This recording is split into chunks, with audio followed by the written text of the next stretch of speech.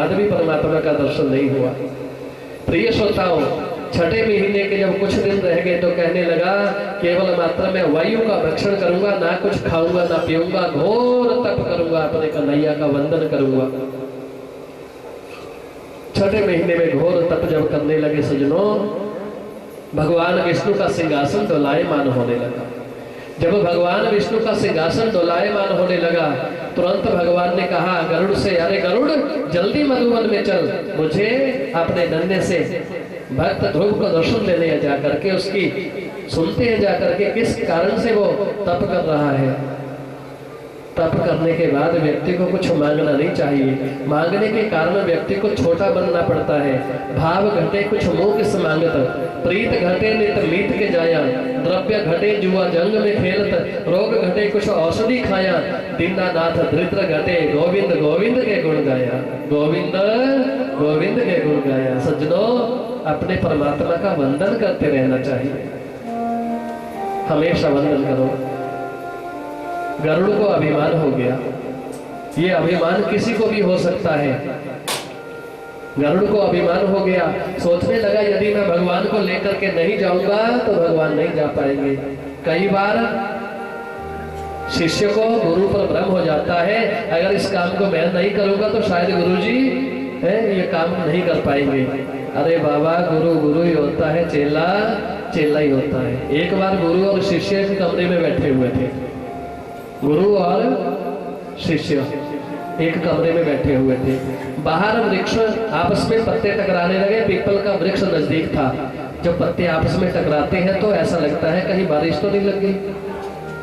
देखो आजकल शिष्य चेले कितने चतुर होते हैं। गुरुजी तो गुरुजी है।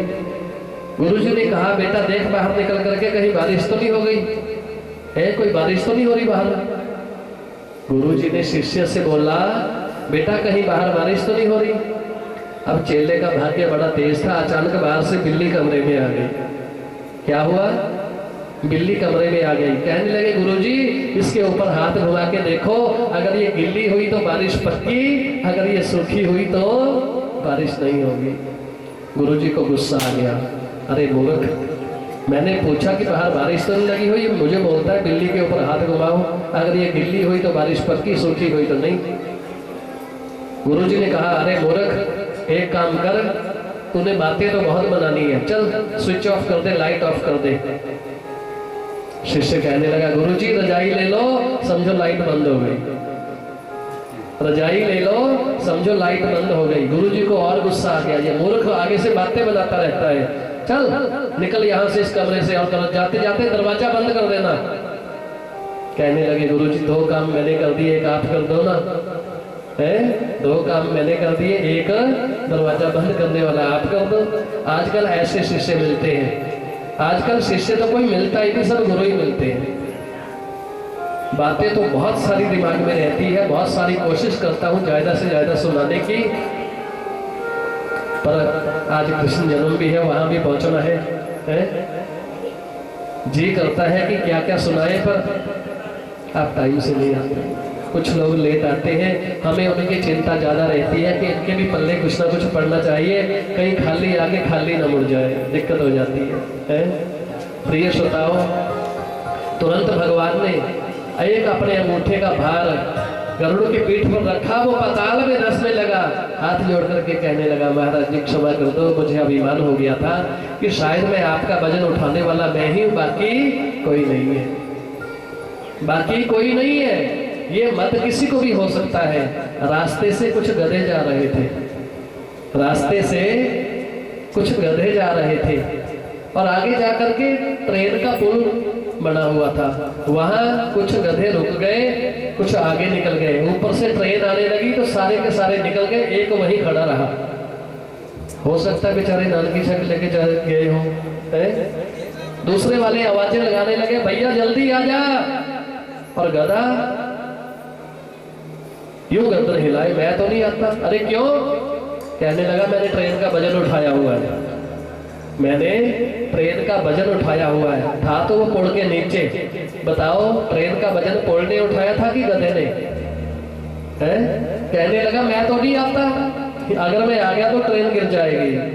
तो ट्रेन गिर जाएगी। सजनों, अगर हम सोचे कि इस काम को हम करने वाले हैं, ना कोई करने वाला है ना कोई करवाने वाला है, करने वाला भी वो करवाने वाला भी वो, नहीं तो हमारे में और उस किसमें कोई फर्क नहीं है, नाम काहे को लेना है। प्रिय श्रोताओ, भगवान ने गरुड़ का अभिमान चूर चूर कर दिया।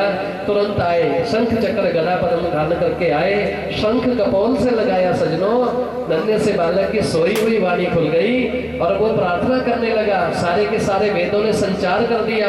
यो अंता प्रविश्य मम वाचम इमाम प्रसूक्तम संजीवत्य अखिल शक्ति धरा सुधावना अन्यस्त हस्त चरण श्रवण तो गादिन प्राणन नमो भगवते पुरुषाय तुभ्यम। बोली विष्णु भगवान की। हे प्राण स्वरूप परमात्मा, मैं आपको कोटि कोटि प्रणाम करता हूँ। अरे ध्रुव, आपने बहुत घोर तप किया। मांगो क्या मांगना चाहते हो, मांगो क्या मांगना चाहते हो। अब मांगे तो तब अगर मांगने की आदत हो। अपनी माता जी की बात याद आ गई। मेरी माँ ने कहा था तू उसकी गोद में बैठ जाकर के, जिसकी गोद में सारा संसार बैठा हुआ है। हे नारायण, यदि आप प्रसन्न हैं तो मेरी माँ ने कहा था तू उसकी गोद में बैठ जाकर के, जिसकी गोद में सारा संसार बैठा हुआ है। तुरंत नन्हे से बालक ध्रुव को भगवान ने उठाया और अपने कंठ से लगा लिया, पीठ थपथपाई। बेटा, ये गोद तो आज तेरी पक्की हो गई, पर जिस गोद से तेरे को धक्का मार करके निकाला था, आज वो गोद भी आपकी हो गई। बोलिए बांके बिहारी लाल की। प्रिय श्रोताओं, ध्रुव ने ऐसी पदवी को प्राप्त कर लिया जिस पदवी को पाने के लिए संत महंत आर्त तपस्वी योगी अपना सारा जीवन व्यतीत कर देते हैं। सर्वे वेदा यत पदम आमनन्ति तपांसी सर्वाणि च यद वदन्ति यत इच्छन्तो ब्रह्मचर्यं चरन्ति तत्पदे संग्रहण ब्रवीमि ओम इति एतत् वै तत्। सारे वेदों ने जिसको नेति नेति करके छोड़ दिया, आज ऐसे पद को ध्रुव ने पा लिया। प्रिय श्रोताओं, सुखदेव भगवान कथा में वर्णन करते हैं। राजन, इतने में नारद जी आए, उन्होंने सारी की सारी बात राजा उत्तानपाद को बताई और उत्तानपाद को बताने के बाद घर से लेकर के मधुवन तक उन्होंने फूलों की सेज बिछाई। एक हाथी को सजाया गया, उस हाथी के ऊपर अपने बालक ध्रुव को बिठाया गया, उस बालक को ध्रुव को बिठाया गया, पूरी नगरी में घुमाया गया। जिस माँ ने बाएं हाथ का धक्का दिया था, आज वो भी फूलों की माला हाथ में लेकर के खड़ी है। मेरा लाल है, इतनी बड़ी पदवी को प्राप्त करके आया, वाह क्या बात है। माता सुनीति ने गले में फूलों के हार डाले, सुरुचि ने डाले, राजा उत्तानपाद ने अपने बालक को अपने कंठ से लगाया, पूरे शहर में घुमा करके उसको राजगद्दी पर बिठाया और उसका अभिषेक कर दिया। बेटा, आज के बाद आप इस नगरी के राजा। सज्जनों, जो व्यक्ति तप करता है उसको जगह जगह हर जगह सम्मान मिलता है। पिछले साल हम बाहर सिंगापुर में कथा करके आए। जब सिंगापुर में कथा की, क्या कहना, इतने अच्छे लोग हमें मिले, सब इंडियन थे, भारतवर्ष के थे। तो कथा पर इतने पंचुअल थे। हमने कहा कथा का टाइम 2 से 5, ठीक 15 मिनट पहले पहुंच जाते थे और 4:05 पर 1 बनी मिलता था, सब निकल जाते थे, क्योंकि उनको पता है भैया ये 3 घंटे की कीमत क्या है। वो कथा सुनते थे, बड़े चाव से चले जाते थे। अब हमारी कथा नीचे पंजाब में है 25 तारीख से। उन्होंने हमें कहा है, गुरुजी जब आप आएंगे बस स्टैंड से आपको हाथी पर बिठाएंगे और जो आपके और पंडित जी हैं उन सबके लिए हमने घोड़े किए हुए हैं, उनको घोड़ों पर बिठाएंगे और भागवत जी को पालकी में लेके हम अपने सिर पर उठा के लेके जाएंगे। मैंने उनसे कहा, महाराज जी मेरे को हाथी पर बैठने की जरूरत नहीं है, मैं पैदल चलूंगा आपके साथ। हाथी को वैसे आगे आगे कर लेना, कोई दिक्कत नहीं है। हम बिलासपुर में गए थे कथा करने के लिए, तो वहाँ लोगों ने भागवत अपने सिर पर उठा लिया, मुझे कहते आपको पालकी में बिठाना। मैंने कहा भैया विवाह के टाइम एक बार पालकी में बैठा था, आज तक नहीं भूलती, अब दूसरी बार फिर फंसाने जा रहे हो, आज तक नहीं भूलती और मैं पैदल चला। पर वो मानते नहीं है। हमने इतने हजार में हाथी किया है, पूरे शहर में शोभा यात्रा निकलेगी, आपको हाथी पर बैठना पड़ेगा। गुरुजी कहते वो ब्राह्मण है कथा करवाने वाले, बड़े रसिक ब्राह्मण है, इतने चाव से कथा करवाती है, क्या कहना। मुझे लगता है ये इस गांव में पहली कथा ऐसी है जिस कथा में इतने कम लोग आते हैं। नहीं तो 2000, 4000, 5000 से कम कथा में कहीं भी हम चले जाए नहीं रहते। पता नहीं यहाँ जनसंख्या कम है, पता नहीं लोगों का मन नहीं करता कथा सुनने को, पर फिर भी जो भी आए हुए हैं बहुत अच्छी बात है? बहुत अच्छी बात है। कम से कम आज ये आंगन तो भर गया है, कल तो जय बाबे दी जय बाबे है, वहाँ सारे लोग मस्त थे। अच्छी बात है, सब जगह जाना चाहिए, बहुत अच्छी बात है। सज्जनों, भागवत की कथा के बाद आप लोगों ने अपने घर में नियम बना लेना, हर रोज 2-4 भजन गाया करने बांके बिहारी जी के। सुबह उठ करके जो भी आपके नजदीक है गुरुद्वारा है वहां मत्था टेको है, सुबह जाओ, कितना शीतलता मिलती है मन को। वहां तरंगे बड़ी अच्छी होती है, भगवान को पाने की तरंगे होती है। हम लोग उस टाइम सोए रहते हैं, क्या करें? नजदीक संतों का आश्रम है तो संतों की सेवा किया करो, अगर टाइम मिले, जितना भी ज्यादा मिले सेवा करो। सेवा करने का मतलब ये नहीं है कि वहां जाके कम से कम महात्मा जी को पूछो, महात्मा जी कोई कमी पेशी, कोई खाने पीने की व्यवस्था, कोई वस्त्र की व्यवस्था, किसी चीज की व्यवस्था बताओ, क्या सेवा करें? इतनी सेवा करो डट करके, क्या कहना। सज्जनों, जो संतों के आश्रम पर जाकर के झाड़ू पोछा करते हैं, वहां सेवा करते हैं, उन्होंने इस लोक का खजाना भी लूट लिया और परलोक का खजाना भी लूट लिया। सज्जनों, ये 2 जहान का खजाना बांटते हैं, किसी को दिखता नहीं है। यह अनुभव करने का विषय है। प्रिय श्रोताओं, ध्रुव को राजगद्दी पर बिठाया और राजगद्दी पर बिठाने के बाद दिव्य 36,000 वर्षों तक उन्होंने राज्य को चलाया। और राज्य को चलाने के बाद एक दिन उनका छोटा भाई यक्षों के चक्कर में फंस करके कुबेर की नगरी अलकापुरी में मारा गया। ध्रुव ने चढ़ाई कर दी। चढ़ाई करने के बाद पुनः भगवान ने आकाशवाणी दी, ध्रुव ज्यादा हिंसा नहीं करनी चाहिए, आपने भगवान का दर्शन किया है, आपकी मौत नहीं होगी। और कुबेर ने अमृत पिया है, इसकी भी मौत नहीं होगी।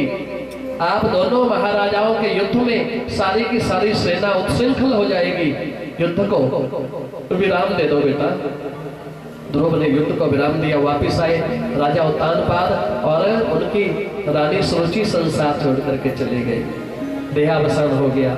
सब लोगों ने, जब उनकी अंतिम तिथि आई, धर्म शांति जिसको बोलते हैं, लोगों ने देसी घी का हलवा खाया। क्या किया? क्या किया? देसी घी का हलवा खाया। 1 वर्ष के बाद कुछ लोग नीचे से जा रहे थे, उनके महलों के नीचे से, और महलों के नीचे से जा रहे थे। राजा साहब का बेटा छत पर घूम रहा था और नीचे चलने वाले 4 लोग थे। वो कहते थे, जब राजा साहब गुजरे थे तो हमने देसी घी का हलवा खाया, अब पता नहीं हलवा कब खाने को मिलेगा। अब हलवा पता नहीं कब खाने को मिलेगा। मतलब समझ रहे हो? बताओ, मतलब समझ रहे हो कि नहीं? मतलब इसका नंबर कब लगेगा? हलवा तब देसी घी का मिलेगा, वैसे मिलने वाला नहीं है। राजा साहब के बेटे ने आवाज लगाई, चारों को बुला लो। चारों को बुलाया, 100 कनस्तर देसी घी का हलवा बनाया, एक बहुत बड़ा रैक बना लिया। जब हलवा हल्का सा ठंडा हो गया, चारों कोनों पर चारों को खड़ा कर दिया और चारों के पीछे एक एक सिपाही लगा दिया। कहने लगे, जब ये हलवा खाना बंद करे तो पीछे से लाठी जोर से मारना। कहने लगे, ठीक है महाराज, राजा साहब का हुक्म तो मानना पड़ता है। अब चारों के चारों कोनों पे खड़े हो गए, कटी भाग तक हलवा। सोचने लगे, वाह क्या बात है, हलवा तो बड़ा जबरदस्त है, पर खाएगा कौन इतना। पीछे से हुक्म हो गया, हलवा खाना चालू करो। इतने मोटे मोटे पेड़े बना के, चल अंदर, स्वाहा स्वाहा। हलवा खाते खाते जब 12 बज गए, एक व्यक्ति हलवा खाते खाते मर गया। हलवा खाते खाते एक व्यक्ति मर गया। सज्जनों, ध्यान से सुनना, जब 1 बजे का टाइम हुआ तो दूसरा भी मर गया। तीसरा, उसको भी चक्कर आ ही रहा था, उसने हलवा खाना बंद किया, पीछे से जोर से लाठी मारी उसने, दौड़ दौड़ दौड़, चल अंदर। जितना खाया गया 1:30 बजे तीसरा भी मर गया। जब चौथा बचा, वो ऊंचे ऊंचे से रोने लग गया। 3 हलवा खाते खाते मर गए।